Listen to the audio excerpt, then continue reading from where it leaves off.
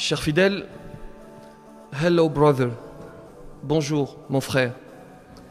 Voilà les deux derniers mots prononcés par la première victime des attentats en Nouvelle-Zélande. Deux philosophies se sont rencontrées vendredi dernier. L'un s'avance chargé de haine, chargé de barbarie, l'autre plein de fraternité, plein d'amour, plein de miséricorde. Alors j'aimerais faire une remarque avant de poursuivre. Ce qui est arrivé vendredi dernier, c'est une catastrophe. 50 innocents, fauchés, emportés par la haine. Mais le musulman se doit de toujours regarder au-delà. Il se doit de trouver la lumière dans l'obscurité. Et il est toujours possible de la trouver. Ce barbare pensait éteindre la flamme avec son acte, le pauvre. Ce qu'il ne sait pas, c'est que l'islam était quasi inconnu en Nouvelle-Zélande. Et aujourd'hui, des milliers de Néo-Zélandais se pressent dans les mosquées. Des milliers de Néo-Zélandais entrent dans les mosquées, lisent le Coran, se renseignent sur l'islam. Ce qu'il ne sait pas, le pauvre, c'est que le Coran, pour la première fois, a résonné dans le Parlement néo-zélandais. Ce qu'il ne sait pas, le pauvre, c'est qu'aujourd'hui, l'appel à la prière a été diffusé sur les radios et les télés néo-zélandaises. Ce qu'il ne sait pas, le pauvre, c'est qu'un grand appel a été lancé pour arborer le hijab en signe de solidarité avec les victimes. Ce qu'il ne sait pas, le pauvre, c'est que les victimes sont auprès du doux par excellence. Il pensait tuer le message en tuant l'être humain, il n'a fait que l'amplifier en réalité. Alors revenons-en à notre cher Mohammed Daoud Nabi, 71 ans. C'est cet homme qui a prononcé ces deux derniers mots. Bonjour mon frère. C'est lui qui a suivi le comportement et le chemin tracé par le prophète sallallahu alayhi wa sallam, qui était de répandre la miséricorde et la fraternité. Et dans ce prêche, on va essayer de s'intéresser et essayer de tracer quelques pistes pour réformer nos comportements et suivre finalement le chemin tracé par cet homme qui lui-même suivait le chemin tracé par notre prophète Mohammed sallallahu alayhi wa sallam. Au Maroc, à Oujda, la ville dans laquelle mon père a étudié, un homme circulait à vive allure dans une voiture et à un moment il aperçoit un mouton qui traverse la route. Il y a en nous deux forces qui se livrent bataille, l'amour et la haine. Et c'est celle que tu vas nourrir le plus qui va l'emporter.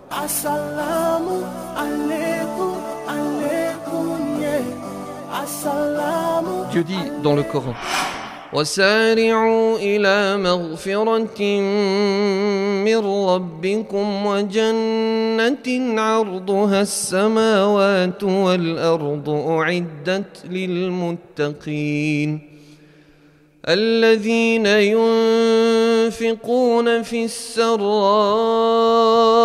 والضراء والكاظمين الغيظ والعافين عن الناس والله يحب المحسنين قد أفلح المؤمنون الذين هم في صلاتهم خاشعون والذين هم عن اللغو معرضون والذين هم للزكاة فاعلون والذين هم لفروجهم حافظون إلا على أزواجهم أو ما ملكت أيمانهم فإنهم غير ملومين فمن ابتغى وراء ذلك فأولئك هم العادون والذين هم لأماناتهم وعهدهم راعون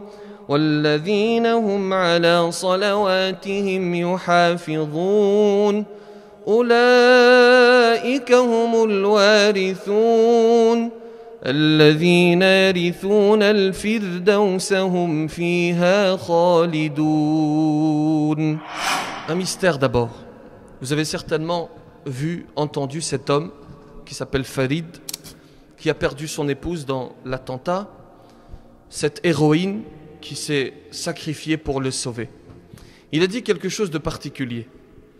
Il a dit, à propos de ce barbare, il a dit « Je suis prêt à lui pardonner ». Et il a même été au-delà en disant « Je suis prêt à le serrer dans mes bras ». Alors, il y a eu un débat autour de ces déclarations. Certains ont dit « Ce n'est pas la réaction qu'il faut avoir, c'est trop tôt, etc. » Ce n'est pas notre débat aujourd'hui. La question qui hante mon esprit, elle est celle-ci. De quel type de cœur faut-il disposer pour arriver à ce niveau? De quel type de douceur doit habiter le cœur pour arriver à afficher un tel comportement? L'être humain est imparfait, chers musulmans. Chères musulmanes, chers musulmans, l'être humain est imparfait, mais pour faire société, pour vivre en commun, il faut adopter un certain comportement. Et il le faut surtout pour satisfaire le Créateur. Les textes d'abord. Rappelons que notre bien-aimé Muhammad sallallahu alayhi wa sallam est dépositaire de l'éloge divin. Le Créateur dit à son propos wa innaka la'ala khuluqin azim, et tu es certes d'une moralité imminente. Il est donc notre modèle. Et notre Créateur dit à propos de notre modèle ceci. لقد كان لكم في رسول الله أسوة حسنة لمن كان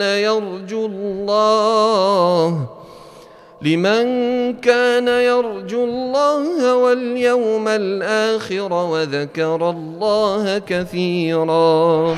Et ce modèle nous dit, sallallahu alayhi wa sallam, إنما بعثت لأتمم مكارم الأخلاق. Je n'ai été envoyé que pour parachever la bonne moralité. Il dit également, les croyants dotés d'une foi la plus parfaite sont ceux qui possèdent le meilleur caractère. Il dit enfin, celui qui est facile à vivre, calme et doux, Allah l'interdit en enfer. Ces derniers jours, on nous expliquait que l'islam était intrinsèquement antisémite. On a souvent cette accusation à propos de l'islam.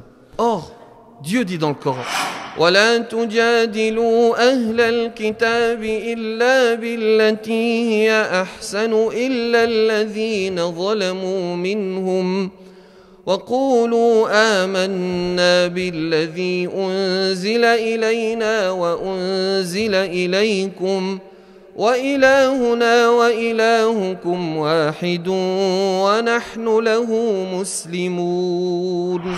Oui, il y a des musulmans antisémites. Mais l'individu ne représente pas la masse. Et il ne faut pas résumer la masse à une seule personne, enfin.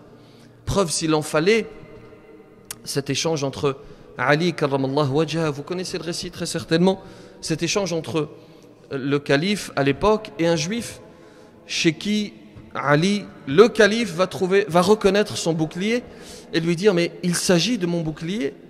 Et le juif de répondre « Non, c'est le mien. » Alors, Ali va décider d'aller devant le juge Shuraih alors qu'il est calife. Et Shuraih va demander à Ali d'apporter un témoignage. Il va présenter son fils et Shuraih va dire non. Évidemment, le fils ne peut témoigner pour son père et il va conclure et juger que le bouclier appartient bien au juif et le juif va être subjugué par cela et il va se convertir à l'islam. On parle de preuves, mais en réalité, il suffit de voir le comportement de la majorité des musulmans. Et vous avez vu très certainement un reportage à propos de cela dans les banlieues, puisqu'on accuse toujours les banlieues d'être antisémites. Il suffit d'aller dans les quartiers et voir comment se comportent les musulmans. Et c'est très bien de parler de l'antisémitisme. Mais pourquoi est-ce que nous parlons peu de l'islamophobie? Et je vous disais lors d'un précédent prêche, on discute même le terme. On en est là à dire oui, mais qu'est-ce que ça veut dire? Peu importe le terme. On parle de la haine des musulmans. Il y a quelques mois, j'ai visité la Malaisie avec un groupe. Et personne d'entre nous ne parlait le malaisien. Mais croyez-moi, nous avons compris leur message. Et nous avons compris les Malaisiens parce que les cœurs ont parlé et parce que les comportements ont parlé. Ils ont un comportement extraordinaire. Et il faut les voir, d'ailleurs, si vous avez fait le Hajj ou l'Umrah, vous voyez bien que les meilleurs comportements viennent des Indonésiens, des Malaisiens, et que malheureusement, c'est peut-être difficile à dire, c'est amer, c'est une réalité amère, mais c'est une réalité objective. Souvent, nous avons de mauvais comportements. Nous qui venons de France, souvent, nous affichons de mauvais comportements. 2 personnes, 2 hajj à Muzdalifa, je les ai vus en train de se battre pour un carton. Ils sont venus, ils ont dépensé de l'argent, du temps, et ils étaient en train de s'affronter, en train de gâcher leur pèlerinage pour un carton, parce que vous savez qu'à Muzdalifa, on dort à même le sol. Et puis ils étaient là en train de gâcher leur hajj pour un bout de carton. L'islam brille par le comportement et pas uniquement par la parole. Combien sont entrés en islam grâce à un comportement, et combien ont fui l'islam grâce à cause de certains comportements. Chers fidèles, soyons miséricordieux dans nos actions. Et il y a beaucoup de rudesse, il y a beaucoup d'âpreté dans certains de nos comportements. Alors que si vous analysez la vie du prophète sallallahu alayhi wa sallam, c'est l'inverse, c'est absolument l'inverse. Et vous avez des épisodes très connus, comme lorsqu'il va à Taïf pour apporter le message et pour apporter la miséricorde et l'amour, et qu'il est accueilli par la haine et que l'on charge les enfants de le chasser. Lorsqu'il sort de cette ville, il ne répond pas par la vengeance, mais par la miséricorde et par l'invocation. Il lève les mains au ciel et il fait cette fameuse invocation, Allahumma ilayka ashku da'fa quwwati wa qillata hilati, et il va demander que la descendance des gens de Taïf soit pieuse, et cela va être le cas par la suite. Vous avez cet épisode au cours duquel il a ses ennemis entre ses mains, les Qurayshites, il peut en faire ce qu'il veut, et eux-mêmes reconnaissent son comportement, sa miséricorde, sa générosité, et lui disent « Tu es généreux, fils d'un généreux ». Et effectivement, il va leur dire « Allez-y, vous êtes libres. Faisons preuve de sagesse ». Et il est vrai que lorsque l'on s'en prend à nous, nous avons tendance à vouloir réagir de la même manière. Pourtant, la sagesse ne commande pas cela. Je vais vous illustrer cela par une sagesse, une image. C'est un homme riche qui donne un panier plein d'ordures à un homme pauvre. Et cet homme va accueillir ce panier avec le sourire. Il va le vider, le nettoyer, le remplir de fleurs et le présenter à l'homme riche. Et cet homme est subjugué par cette action, il ne comprend pas. Et le pauvre va dire oui, chaque homme donne ce qu'il y a dans son cœur. Chaque homme présente ce qu'il y a dans son cœur. Il y a en nous 2 forces qui se livrent aux batailles, l'amour et la haine. Et c'est celle que tu vas nourrir le plus qui va l'emporter. Et la miséricorde, lorsqu'elle gagne ton cœur, lorsqu'elle l'habite, elle contrôle ton comportement. Lorsqu'elle habite ton cœur et ton esprit, elle contrôle ton comportement. Je vais vous donner un exemple concret. Au Maroc, à Oujda, la ville dans laquelle mon père a étudié, un homme circulait à vive allure dans une voiture, et à un moment il aperçoit un mouton qui traverse la route, et par miséricorde, il va automatiquement essayer de l'éviter. Il va taper sa voiture contre un arbre et il va mourir. Et c'est la philosophie en réalité du musulman. Je me sacrifie pour toi, je meurs pour que tu puisses vivre. Soyons de bons conseils, et j'en termine avec ceci, soyons de bons conseils pour nos prochains. Nous avons tendance à être des briseurs de rêves, à décourager nos prochains. Regardez cette sagesse qui nous dit, ce sont des hommes qui entreprennent une course dans une région montagneuse. Ils se mettent à courir et vous avez des spectateurs qui petit à petit vont se mettre à décourager les coureurs en leur disant « tu n'y arriveras jamais ». Ce que je viens de vous dire, nous sommes parfois des briseurs de rêves.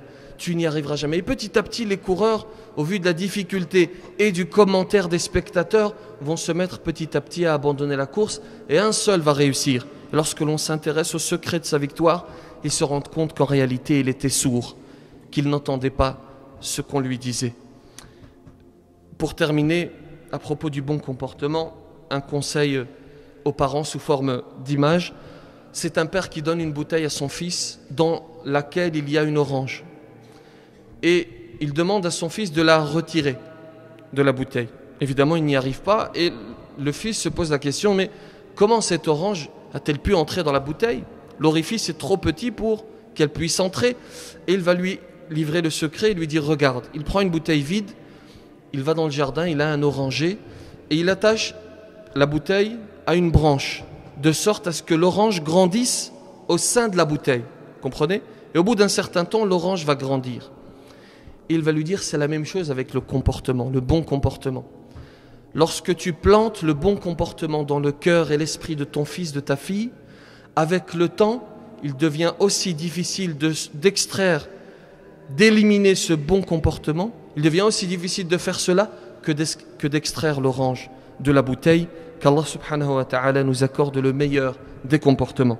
J'ai reçu un message d'un frère qui parlait d'une jeune fille qui a 11 ans, qui s'appelle Aïcha, qui est très courageuse, qui est à l'hôpital depuis 4 ans. Et il demande des invocations pour elle, ne l'oubliez pas. Je lui ai promis de vous solliciter pour les invocations, donc ne l'oubliez pas, Inch'Allah. Assalamu alaikum, alaikum, yeah. Assalamu alaikum.